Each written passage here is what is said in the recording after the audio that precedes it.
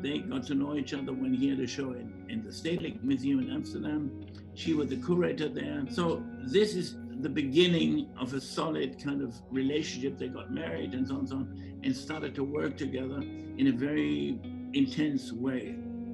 Claes was very intuitive and operating intuitively. I had fun with Coosje because she was very into the history of architecture as well. Coosje studied everything. She was very knowledgeable. Coosje drove the intellectual engine, so to speak. She was never happy in things being static. She was perpetual motion. She was always trying to challenge or provoke. And I think that the reason why their collaboration worked so well was that both of them were quite serious in the idea of crafting something anew, but they really took great pleasure and enjoyment in the way that they got to that point. They had a language between them, their dance between them of ideas, and the art became that dance. He was always taking notes, drawing little pictures in those little notebooks. He still is. You know, you can go back and think about the entropic library as sort of a good metaphor, thinking about Claes's notebooks, that they were these things for capturing time, for solidifying them within a moment that could then be returned to and played with. Nothing was ever technically lost. It was all retaining in those little books that ended up being thousands and thousands of pages for reference sources. Claes is an amazing collaborator, and people don't understand that. He was a collaborator from the get-go. He essentially invented the happenings, which were a collaboration. But it was not until Coosje that the collaboration unlocked his full ambition. To listen to Claes talk about, these things. In fact, I think when he talks about Spoonbridge and Cherry, it's quite clear that the cherry was Coosje's idea. Now here, look at this. Oh, here's a spoon. Yeah, it has a thicker edge, which is better as a wall on the bridge. The spoon has always wanted to be a bridge. And the additions. Oh, a cherry. You like this?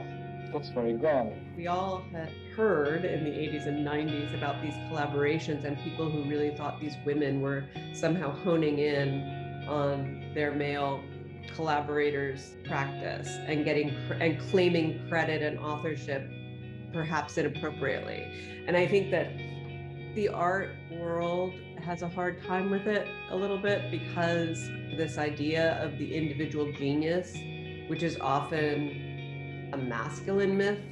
What's interesting is that now the way that contemporary art has developed, so many artists function like art historians or function like researchers, or indeed research becomes the primary material or practice. I think that Coosje's way of transforming from art historian, curator, writer into this hybrid artist, art historian mix, and then collaborating with Claes to make work, that weirdly was ahead of its time. I think because public art is by nature collaborative, in the same way film is collaborative, and other things, like you just can't make it without riggers and engineers and fabricators and all these other people, that I think maybe those practitioners are more open to acknowledging the collaboration. They decided they were going to do Cotello. It was the place, the time, the free association, the people involved. There was a lot of intellect, there was a lot of history, there was a lot of feeling. Germano, Pontus, everybody got to kind of play who they were.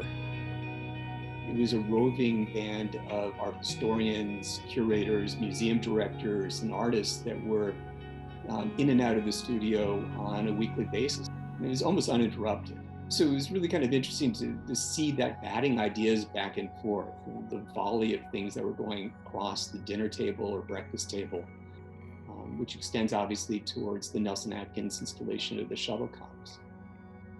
The last piece that I was involved with Coosje was, of course, the drop bouquet.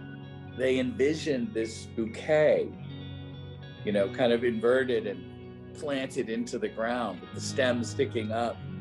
That was a testament to who they were, how they turned things upside down, how they found unlikely beauty that was drenched with meaning. I'm not worried in policing the boundaries of artist and curator and writer or historian. Good artists understand that there's a role for a curator to push back and add or challenge your thinking on something, and that makes for better work and better shows at the end.